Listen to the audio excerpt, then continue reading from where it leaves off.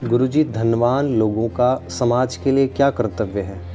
हाँ, धनवान लोगों को ये अवसर प्राप्त है कि उनके पास पर्याप्त धन है। अपनी आवश्यकताओं को पूरा करके, अपने परिवार के लिए कुशल-क्षेम रख करके और फिर जो हमारे पास में अतिरिक्त धन है, उसका उपयोग हमें धार्मिक कार्यों में करना चाहिए। धार्मिक से मेरा तात्पर्य ये है कि जहाँ किसी का हित हो रहा हो, उन्नति हो रही हो, उचित कार्यों में प्रयोग करना चाहिए।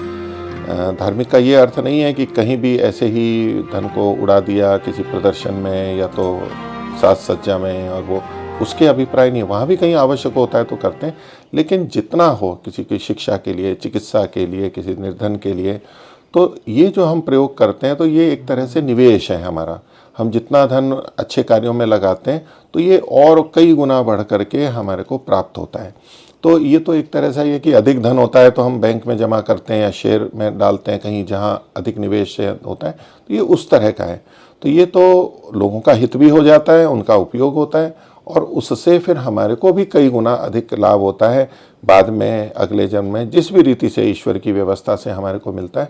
इसलिए अवश्य ही ये करना चाहिए, क्योंकि ऐसा करने से जहाँ धन की दृष्टि से लाभ है वहाँ हमारे अंदर दया, परोपकार, विनम्रता, ये गुण भी आते हैं, मानवीय गुण आते हैं। हमारी धार्मिक आध्यात्मिक उन्नति होती है, अन्यों का आशीर्वाद हमें प्राप्त होता है, कुशल क्षेम हमें मिलता है, मन को बड़ा संतोष होता है और हमारा जीवन जो है वो सरल और सुखी शांत रहता है। इसलिए उसका धन का अच्छे कार्यों के लिए हमें उपयोग करना चाहिए, दान देना चाहिए।